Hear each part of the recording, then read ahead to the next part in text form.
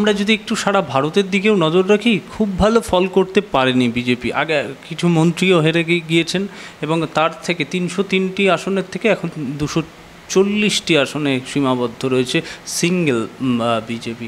এবং সেই জায়গায় কি কোথাও মনে হচ্ছে খুব চুপিসারে, খুব একেবারে সন্দর্পণে রাহুল গান্ধী আবার মুখ হয়ে উঠে আসছে, বা বিরোধীরা একটা জায়গায় করতে পারছে সারা ভারতের নিরিখে?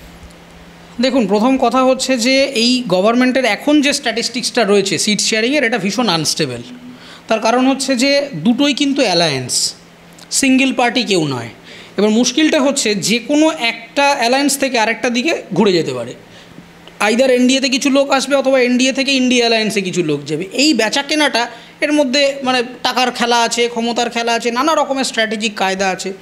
কিন্তু মুশকিলটা হচ্ছে আমি ধরে নিলাম যে কেউ গেল না, এই সরকারটাই থাকবে। তাতে সবথেকে বড় বার্ডেন হচ্ছে যে in regular course work bill pass হয়ে যাবে, কনস্টিটিউশনাল অ্যামেন্ডমেন্ট করতে গেলে চাপে পড়ে যাবে গভর্নমেন্ট। এবার ঘটনাটা হচ্ছে যে বিজেপির এই অবস্থাটা মানে ওভারঅল হলো কেন? সবথেকে বেশি ঝাড় খেয়েছে উত্তরপ্রদেশ। তার অনেক কারণ আছে, যে সোশ্যাল কজগুলো আমার মনে হয়েছে। প্রথম কথা হচ্ছে মানুষ না লার্জার দ্যান লাইফ পলিটিশিয়ানরা হয় ঠিক আছে, কিন্তু সুপারফিশিয়াল ফিগার হয়ে গেলে মুশকিল। সবথেকে বড় প্রবলেম হয়েছে যেটা ভারতীয় জনতা পার্টির, যে অ্যাপ্রোচটা, যে আপনি মেজরিটি গভর্নমেন্ট ফর্ম করুন না। কে বারণ করেছে? কংগ্রেস এক সময় দাপিয়ে বেরিয়েছে, কিন্তু তাই বলে কি কংগ্রেস যা করেছে ঠিক করেছে? কংগ্রেসের হাজার হাজার ভুল ছিল, কিন্তু তাও কিন্তু দশকের পর দশক মানে ইন্ডিয়া মিন্স কংগ্রেস এরকম একটা ব্যাপার ছিল।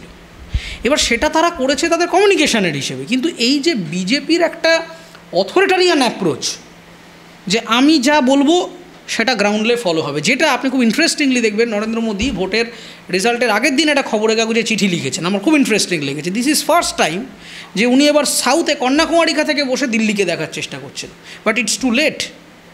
উনি প্রথম পিপলস পার্টিসিপেশন ইন দ্য গভর্নেন্সের কথা বলছেন, it's too late. Narendra Modi সবথেকে যেটা সামাজিক ভুল বলে আমি মনে করছি, যে রাম মন্দির প্রতিষ্ঠা করেছেন, এটা ওনার রাজনৈতিক সাফল্য, এবং রাম মন্দির প্রতিষ্ঠা নিয়ে আমার একজন হিন্দু হিসেবে কোনো আপত্তি নেই।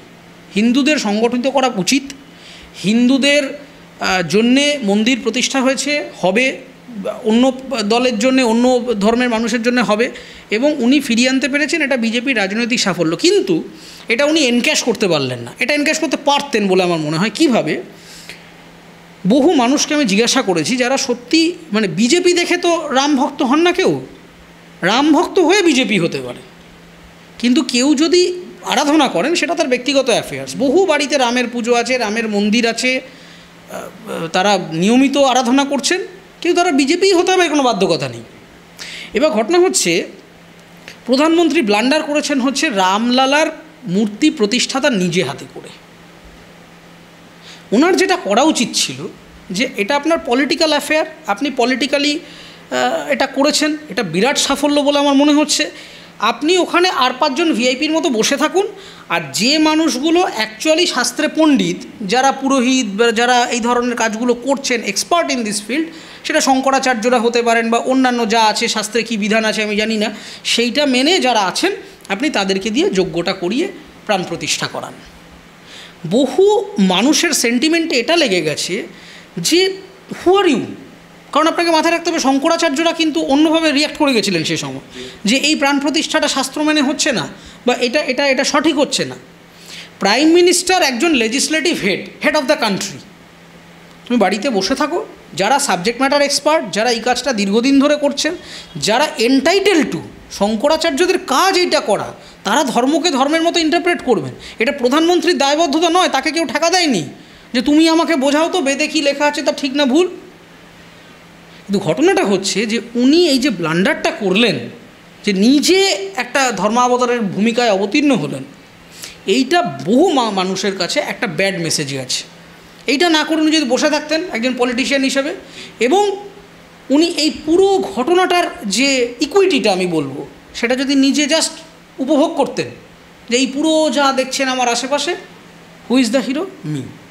সেটা না করে উনি সবাইকে সাইডলাইন করে, ধর্মগুরুদের সাইডলাইন করে, সব কিছু করে নিজে একেবারে অবতীর্ণ হব, এইটা মারাত্মক একটা ব্লান্ডার হয়ে গেছে বলে আমার মনে হয়েছে। নেক্সট হচ্ছে যে দেখুন, কালচারাল টেররিজম বলে একটা সাবজেক্ট আছে।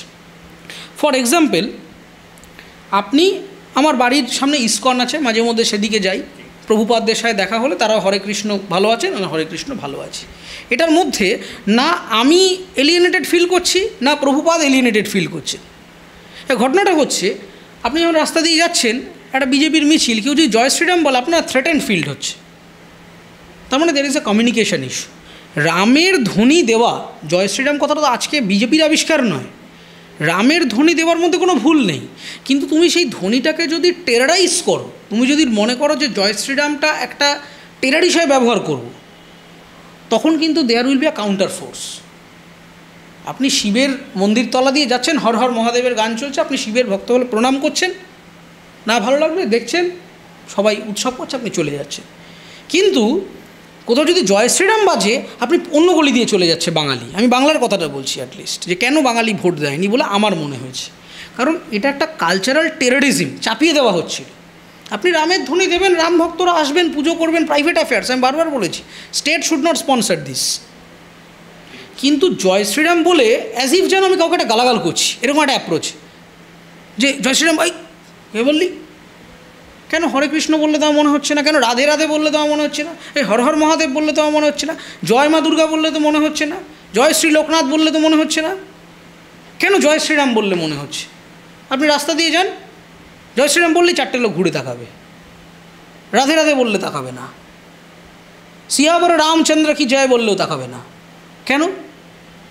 তার কারণটা হচ্ছে যে কালচারাল টেররিজম, যে তুমি একটা ভ্যালুজ অ্যান্ড নর্মস, বাঙালির একটা নিজস্ব ভ্যালুজ অ্যান্ড নর্মস আছে, আর বাঙালি মানেই বাংলাভাষী এর কোনো কথা নেই। আমার এখানেও অবাঙালিরা রয়েছেন, বহু অবাঙালি মানুষ জন্মসূত্রে বাঙালি, তারা বাংলা ভাষায় সরগর নাই হতে পারে, কিন্তু তাদের কাছেও এটা ইটস এ ট্রমা। বিজেপি এই আশ্বাসটা জোগাতে পারলেন না একটা সংগঠন হিসেবে, যে ভাই আমি তোমার কাছে ট্রমা নয়, তুমি যদি আমাকে দাও ভোটটা, আমি যদি আমার কোনো একজন ব্যক্তি আসে, তোমাকে আমি জোর করে মেরে ধরে তুমি রামের পুজো করছো কি করছো না, বা গেরুয়ার তিলক পড়ছো কি পড়ছো না, এইটা দিয়ে তোমাকে আমি টেরারাইজ করবো না। মমতা বন্দ্যোপাধ্যায় এই ফাঁকটা ব্যবহার করে বেরিয়ে গেলেন। সেখানে দুর্নীতি চাপা পড়ে গেল, সেখানে আনএমপ্লয়মেন্ট চাপা পড়ে গেল, সেখানে লক্ষ্মীর ভাণ্ডারের লং টার্ম ইকুইটি কেন মহিলাদেরকে, এই যে এত আপনার চ্যানেলে আমি বলেছি, আইটি নিয়ে বলেছি, এই যে এত ভাইরাল হয়ে গেছে, এত চর্চা হয়েছে আমার বক্তব্য নিয়ে, এভরিথিং ওয়েন্ট ইন ভেইন। তার কারণ হচ্ছে বিরোধী হিসেবে, প্রধান বিরোধী হিসেবে আপনার যা করা উচিত ছিল আপনি তো করলেনই না, উল্টে আপনার সম্পূর্ণ স্ট্র্যাটেজিক মিসকমিউনিকেশনের জন্যে মমতা বন্দ্যোপাধ্যায় গড়াগড়ি খেতে খেতে গোল দিয়ে চলে গেলেন। এটা সম্পূর্ণ সাংগঠনিক ব্যর্থতা, বাঙালিকে বুঝতে না পারার একটা প্রচণ্ড ব্যর্থতা। আমি বারবার বিজেপির বহু সিনিয়র নেতৃত্বদের বলেছিলাম যে আপনাদের সবথেকে বড় প্রবলেম, আপনারা সবসময় বার্ডস আই ভিশনে দেখেন। আপনি দিল্লি থেকে বাংলাকে জাজ করতে পারবেন না, আমিও বাংলা থেকে দিল্লিকে জাজ করতে পারবো না। এবং এটা শ্রী বি আর আম্বেদকর বুঝতে পেরেছিলেন বলেই সংবিধানটা কোয়াসি ফেডারাল। তিনি বুঝতে পেরেছিলেন যে একটা সেন্টার দিয়ে, এটা তো ব্রিটিশরাও আগে কেস খেয়ে গেছে, তারপর মর্লেমিন্টো রিফর্ম থেকে মন্টেগু চেমসফোর্ড রিফর্ম একাধিকবার আনতে হয়েছে, কারণ ব্রিটিশরা এসব করে দেখে গেছে, এসব এক্সপেরিমেন্টগুলো ইতিহাসে করেছে তারা, যে একটা জায়গা থেকে একজন গভর্নর জেনারেল থাকবে, তিনি সব কিছু বলবেন, সবটা ফলোড হবে। রিজিওনাল অ্যাসপিরেশন সেটা সেট করতে হবে আমাকে। কন্যাশ্রীর ব্যর্থতাগুলো মানুষের কাছে পৌঁছতে পারেনি যারা করেছেন, লক্ষ্মীর ভাণ্ডারের বৃহত্তর স্পেকট্রামটা কী সেটা আমরা বোঝাতে পারিনি।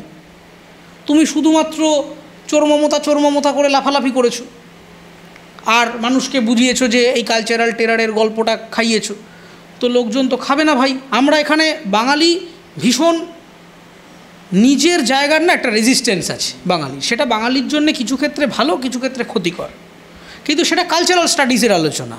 কিন্তু ঘটনা হচ্ছে রেজিস্ট্যান্সটা বুঝে তোমাকে করতে হবে। তো আপনি মমতা বন্দ্যোপাধ্যায়ের সব কটা স্পিচ শুনুন, যে কটা সভা উনি করেছেন, যে কটা জায়গায় গেছেন, প্রত্যেক জায়গায় গেছেন, সবার আগে একটা করে ছবি চালানো হয়েছে, একটা অডিও ভিজুয়াল প্রেজেন্টেশন, যে এই ডিস্ট্রিক্টে কী কাজ হয়েছে করেছেন। মঞ্চে উঠে কী বলেছেন, যে ভাই বিজেপি বাংলা বিরোধী। ও আর কিচ্ছু বলেননি। উনি ভারত সেবাশ্রম সংঘকে আক্রমণ করেছেন, একে করেছেন, সেটা ডিস্ট্রিক্টে গিয়ে তার মতো করে কমিউনিকেট করেছেন, সেই নিয়ে যাদেরকে ডিফেম করেছেন তারা তাদের মতো লিগালি বা সোশ্যালি রিয়েক্ট করেছে, কিন্তু সামারি অফ দ্য কমিউনিকেশন কিচ্ছু করলেন না।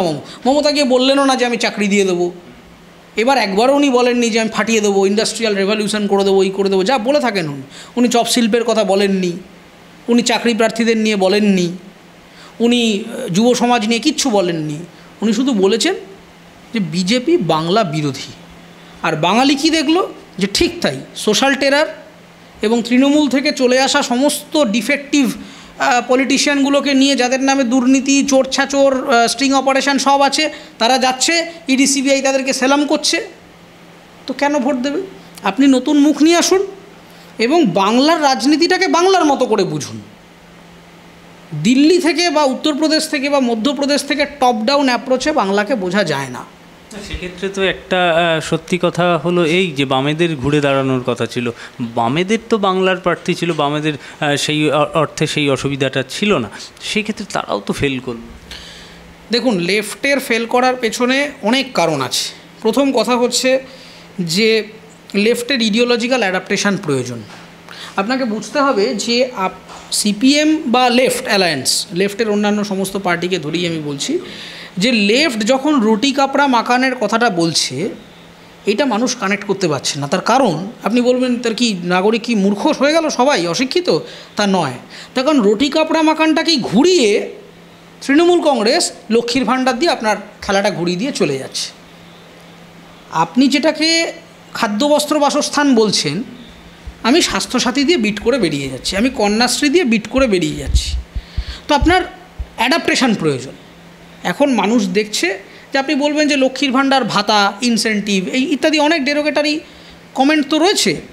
এবার আমি এটাকে ইনসেন্টিভাইজ পলিটিক্স বলি, শুরু থেকেই বলেছি। তার কারণটা হচ্ছে কি, আপনি মেয়েদেরকে জাতি হিসেবে বোঝাতে পারেননি যে ভাই তোমার 1000 টাকা তুমি দিচ্ছ কেন, মানে কেন তুমি নিচ্ছ, তুমি তো 10,000 টাকার ব্যবসা করতে পারো। জাপান তো করেছে, সিঙ্গাপুর করেছে, উড়িষ্যা করেছে, আমার মেয়েরা পারে না কেন? ঘটনা হচ্ছে পারে না নয়, আমরা ওই জাতিটাকে ওইভাবে ডেভেলপ করতে পারিনি। এবং আপনি ভালো করে স্টাডি করে দেখবেন, এবার সোশিওলজিক্যাল আন্ডারস্ট্যান্ডিংটা আপনাকে বলি, যে লক্ষ্মীর ভাণ্ডারটা কী।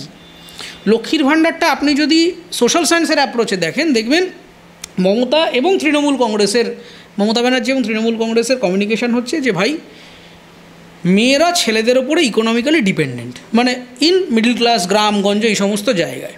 তো মেয়েদের হাতে টাকা থাকে না, তাদের শখ আহ্লাদ পূরণ করা যায়, তারা যদি একটা চকলেট কিনে খাবে বলে বরের হাতে 100 টাকা চাইতে হয়। তো মমতা ব্যানার্জি কী করলেন, যে বললেন যে ভাই গভর্নমেন্ট উইল পে ইউ। এবার আপনার মনে হচ্ছে 1000 টাকা কী এমন ব্যাপার, কিন্তু এটা বিশাল ব্যাপার। ঘটনা হচ্ছে মমতা বন্দ্যোপাধ্যায় কিন্তু এইটা করলেন না যে মেয়েদেরকে বোঝানো যে ভাই পুরুষের কাছেও তোমায় হাত পাততে হবে না, তোমাকে সরকারের কাছেও হাত পাততে হবে না। গোটা সিস্টেমটাই পুরুষতান্ত্রিক হয়ে গেল। সরকারও একটা পুরুষতান্ত্রিক অবতারের ভূমিকা পালন করলো, যে তুমি কিছু করো না, তুমি গৃহবধূ, তো কী হয়েছে, তোমাকে আমরা সাবসিডি দিয়ে দেবো। না, কেন সাবসিডি দেবো? তুমি কি কাজ করতে পারো না? তুমি কি অশিক্ষিত? তুমি কাজ করো, প্রডিউস করো, তুমি জিনিসপত্র বানাও, ব্যবসা করো, চাকরি করো। মমতা বন্দ্যোপাধ্যায় কিন্তু সোশ্যাল রিফর্মের রাজনীতি করেননি। উনি রাজা রামমোহন রায় হতে এখানে আসেননি যে মেয়েদের বোঝাবো, পড়াশোনা শেখো, করো, এই করো। ওইসব আমরা বলেছি অনেক, যে কন্যাশ্রী করেছেন, বাল্যবিবাহ বাড়ছে, লক্ষ্মীর ভাণ্ডার করছেন, মেয়েদের অ্যাভারেজ পার্টিসিপেশন কমছে। কিন্তু ঘটনাটা হচ্ছে আপনাকে যদি পলিটিক্যালি এগুলো তো আমরা থিওরিটিশিয়ান, কাগজে লিখি, ক্রিটিক আমরা আমাদের মতো করে বললাম, কিন্তু বামপন্থী হিসাবে আপনাকে যদি কমব্যাট করতে হয়, আপনাকে তো উল্টো দিকের লোকটার অঙ্কটা বুঝতে হবে। উনি সিম্পল পুরুষতান্ত্রিক সমাজ, হ্যাঁ পুরুষতান্ত্রিক, সরকার প্যাসিভ পুরুষতান্ত্রিক হয়ে তোমাকে ভাই 2টি পয়সা দিয়ে দিল, গিভ মি দ্য ভোট। না হলে একটা সরকার যখন বলছে যে মেয়েরা ডিপেন্ডেন্ট, তাই আমি ওর হাতে টাকা তুলে দিচ্ছি, আপনি মানসিকতাটা বোঝার চেষ্টা করুন যে ও কী করার চেষ্টা করছে। ও স্বীকার করছে যে ডিপেন্ডেন্ট। জাপান করেননি, জাপান ফ্যামিলি স্ট্রাকচারটাকে রিফর্ম করেছে, বলেছে সন্তান পালন এবং গৃহবধূ হিসেবে যে কাজগুলো, সেইগুলো করবার জন্য আলাদা সার্ভিস সেক্টর তৈরি হয়েছে, যে মেয়েদের এই দায়বদ্ধতা থেকে মুক্ত করে তারা ওয়ার্কফোর্সে এনেছে। That's why they are Japan. আমরা কি করলাম, আমরা বললাম হ্যাঁ ডিপেন্ডেন্ট, আমি একটু টাকা দিয়ে দিলাম। সেইখান থেকে উনি ভোটটা পেয়ে গেছেন। তার কারণ হচ্ছে আমরা জাপানের মেয়েদের মতো আমাদের মেয়েদেরকে আমরা শেখাতে পারিনি যে ভাই দুটোই ইকুয়ালি, তুমি ডিপেন্ডেন্টই, তুমি আলটিমেটলি ডিপেন্ডেন্ট। সেইটা একটা বড় ব্যর্থতা হয়েছে এবং বামফ্রন্টের লিডারশিপ প্রবলেম রয়েছে। না দেখুন, নতুন মুখটা বিষয় না, দুটো জায়গায় বামফ্রন্ট পিছিয়ে আছে। এক হচ্ছে যে বামফ্রন্টের যে অপটিক্স, সেইটা রিফর্ম করবার আশু প্রয়োজন। বামফ্রন্ট বেড়ে উঠছে গরিবদের দল হিসেবে, কিন্তু টার্গেট করে মিডল ক্লাসকে। এটার কমিউনিকেশন গ্যাপ, এটা আজকে শুরু হয়নি, এটা বেশ কিছু বছর আগে থেকেই শুরু হয়ে গেছে, তার জন্যই তার মূলত পতন হয়েছে। দ্বিতীয় কথা হচ্ছে যে আপনি যে লোকগুলোর সাথে কমব্যাট করছেন, প্রথমত এই কৌটো নাচিয়ে পার্টি চালাই এই গল্পটা এবার ভুলুন। আজকের দিনে দাঁড়িয়ে আমরা এমন একটা পৃথিবীতে বাস করছি যেখানে আদর্শও বিচার হয় অর্থের বিনিময়ে। তো আপনি যে আদর্শটা নিয়ে মোহাম্মদ সেলিম বামফ্রন্ট করেন, সেই আদর্শটা নিয়ে বা সেই অরাটা নিয়ে একটা ছেলে বিজেপি বা তৃণমূল করে না, এটা আপনাকে বুঝতে হবে। কেন বরানগর এরিয়াতে সায়ন্তিকাকে জেতানোর জন্যে ওখানকার লোকজন উঠে পড়ে লেগেছিল? আমার কাছে লাস্ট ইনপুট আসে, আমি তো একদম কনফিডেন্টলি তৃণমূলের মিটিংয়ে বলি যে এই সজল ঘোষ জিতবেন, সায়ন্তিকার তো জেতার কথা না, বলছে না জিতবেন না, পলিটিক্যাল ক্রেডিবিলিটি সজল ঘোষের বেশি থাকতেই পারে, but there is a huge network of youth যারা ওখানে এই সিন্ডিকেটগুলো রান করে। তো সিন্ডিকেট পলিটিক্সকে কখনোই এমএলএ অপোজিশনে গেলে সিন্ডিকেট পলিটিক্সটা রান করবে না। ওখানে বিল্ডার্সরা, ওখানে ফ্ল্যাট অপারেটাররা, ওখানে প্রোমোটাররা, ওখানে যারা ডেভেলপার রয়েছেন, এই এন্টায়ার সাপ্লাই চেনটা ওরা যেভাবেই হোক শান্তিকাকে জেতাবেন বাই এনি মিনস। তার মানেটা হচ্ছে যে এই আজকের থেকে 1970 সালে দাঁড়িয়ে 1980 সালে দাঁড়িয়ে যে ছেলেটি এসএফআই করতো বা যে ছেলেটি ডিওয়াইএফআই করবে বা করতো, যে ভাবধারা নিয়ে, সেই ভাবধারা নিয়ে একজন মানুষ আজকের দিনে রাজনীতি করে না। যুব সমাজের কাছে বিজেপি পৌঁছে যাচ্ছে, বলছে ভাই তোমাকে 25,000 টাকা দেবো, বাইকের তেলের খরচা দেবো, তুমি বাইক র্যালিতে আসো, যত বাইক র্যালি হবে যাও, বুথ প্রতি হাজার হাজার কোটি কোটি টাকার খরচ। তো তোমাকে যদি তুমি আগে রিয়েলিস্টিক হও যে আমার ওই 2 টাকা 5 টাকা দিয়ে দল চালানোর পরিবেশ সে সময় হয়েছে, তো কারণ পরিবেশটা সেভাবে, কংগ্রেস সেভাবে অপারেট করতো, ফলে আপনি কংগ্রেস অপারেট করছে, সিপিএম অপারেট করছে, সোশ্যাল পরিস্থিতিটা সেরকম, আপনি সেইভাবে চালিয়ে নিয়েছেন। একটা মানুষকে শুধু অ্যানাউন্স করতে হতো আজকে আমাদের মিটিং আছে, 4টে লোক চলে যেত, আপনি চলুন আমার ক্লাবে, পাড়ার ছেলেদের বলুন যে আজকে একটা মিটিং আছে, আগেই জিজ্ঞাসা রাত্রে কী খাওয়া দাওয়া রে, আসবে না? আপনি ওখানে বিশাল থিওরি নিয়ে আলোচনা করুন, ও আগে জেনে নেবে রাত্রেই খাওয়া দাওয়া, একটু পার্টি হবে নাকি। এইটা ইম্পর্ট্যান্ট, আপনাকে সোশ্যাল স্ট্রাকচারটা বুঝতে হবে যে কোথায় নিয়ে গেছে। এবারে আপনি জেনারেশন, আপনি বলতেই পারেন যে এটা কি সঠিক পথ, না মোটেই সঠিক পথ নয়, এটা তো অনৈতিক পথ। একটা ছেলেকে আপনি কাজ দিচ্ছেন না, শিক্ষা দিচ্ছেন না, খালি মদের লোভ দিয়ে, অর্থের লোভ দিয়ে আপনি তাকে রাজনীতি করাবেন, এটা কি নৈতিক? মোটেই নৈতিক না। কিন্তু ঘটনা হচ্ছে আপনি তো জেনারেশনাল রিফর্মটা একদিনে করতে পারবেন না। আপনাকে যদি জেনারেশনাল রিফর্ম করতে হয় তো first you have to understand the generation, যে আপনি কোন জেনারেশনকে কমব্যাট করছেন, তারা কীভাবে মুভ করছে, তাদের পয়েন্ট অফ অ্যাট্রাকশান কী, সেইটা দিয়ে আপনাকে কমব্যাট করতে হবে। এবং মোস্ট ইম্পর্ট্যান্টলি সিপিআইএমের এন্টায়ার যে ফাইন্যান্সিয়াল প্ল্যানিং, স্পন্সর নিতে হবে। উইদাউট ফান্ডিং পলিটিক্যাল অর্গানাইজেশন চলতে পারে না। আপনি আদর্শ দিয়ে পরবর্তী আপকামিং এখনও যারা করছেন, আপনি বলতেই পারেন যে সৃজনের মতো মানুষ তো করছে, সংখ্যাটা কত? আপনি সৃজন ভট্টাচার্যর মতো নেতার সংখ্যা ভার্সেস তৃণমূল কংগ্রেসের মতো নেতার সংখ্যা, আপনি কম্পেয়ার করুন পপুলেশনটা। সৃজন ভট্টাচার্যের মতো নেতা যদি এত থাকতেন, দীপশিতা ধরের মতো নেতা নেত্রী যদি এত থাকতেন, তাহলে কি রেজাল্ট শূন্য হতো? উল্টে যা ভোট পার্সেন্টেজ ছিল তাও কমে যেত? আপনাকে তো সেটা বুঝতে হবে যে হোয়াটস হ্যাপেনিং হচ্ছে যে আপনার, হ্যাঁ, এবার সিপিএম যেই মুহূর্তে স্পন্সরশিপ নেবে, যেই মুহূর্তে তার ফাইন্যান্সিয়াল মডেলিং চেঞ্জ করবে, সঙ্গে সঙ্গে একটা প্রাইমারি ব্যাকল্যাশ খাবে, বলবে আপনি আপনার আদর্শ থেকে ডেভিয়েট করেছেন। বাট কিছু করার নেই। এমএন রায়ের মতো লোকও বলে গেছিলেন যে কোর ইউরোপিয়ান মার্কসিজম এখানে চলবে না, আমাদের এই middle class politics, caste politics এগুলোকে বুঝতে হবে।